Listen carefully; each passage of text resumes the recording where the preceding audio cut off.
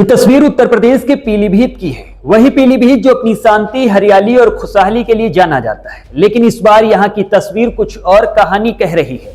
खेतों में हल चलाने वाले किसान अब सड़कों पर हैं, अपने हक की लड़ाई लड़ रहे हैं। बुधवार देर रात पूरनपुर कोतवाली की गढ़वा पुलिस चौकी के पास हालात तब बिगड़ गए जब किसानों पर उस वक्त हमला हो गया जब वो बाहरी जिले से लाए जा रहे धान की आवाक रोकने पहुंचे थे।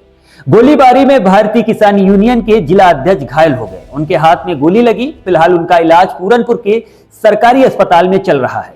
पुलिस जांच में जुटी हुई है, लेकिन सवाल बड़ा है। किसानों की आवाज जब खेतों से निकलकर सड़कों तक पहुंचती है तो आखिर में जवाब उसका हमेशा गोलियों से ही क्यों दिया जाता है। ये देश का किसान, वो किसान जिसकी मेहनत पर न सिर्फ हमारा देश बल्कि कई दूसरे देशों की रोटियां पकती हैं। ये वही किसान जो ना ठंड देखता है, ना गर्मी और ना बरसात। खेत उसका मंदिर है और फसल उसकी औलाद, जिसे वो सींचता है, पालता है, फिर पूरे देश का पेट भरता है। लेकिन जब यही किसान अपने हक की लड़ाई के लिए सड़कों पर उतरता है तो सत्ता की दीवारें बहरों की तरह खामोश क्यों हो जाती हैं? कानून उसकी सुनता क्यों नहीं है और प्रशासन आंख क्यों मूंद लेता है? बता दें, अभी एक सप्ताह भी धान खरीदारी को शुरू नहीं हुआ है और जिम्मेदारों की साठगांठ ने सवाल उठा दिए हैं। पूरनपुर में क्षेत्र में बाहरी धान राइस मिलों से कम दाम पर धान खरीदे जाने को लेकर बुधवार को दिन भर हंगामा चला। संयुक्त किसान मोर्चा ने दिन रात निगरानी और उसमें सहयोग का आश्वासन मिलने पर देर रात शाम आंदोलन को विराम दिया।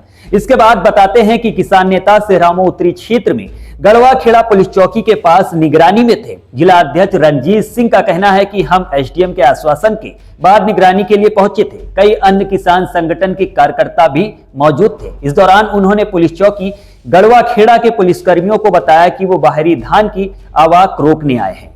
एसडीएम से वार्ता भी हो चुकी थी और कहा गया था कि कुछ बैरियर यहां पर लगा दीजिए, मगर आरोप है कि चौकी पर एक को छोड़कर कोई भी वर्दीधारी मौजूद नहीं था और बैरियर लगाने से भी साफ इनकार कर दिया गया। ऐसा लग रहा था कि चौकी पर पुलिस मौजूद ही नहीं है। बेहद लापरवाह रवैया देखा गया, ये इनका आरोप था। इस मामले में पूरनपुर के 2 राइस मिलर्स की भूमिका संदेह के घेरे में है।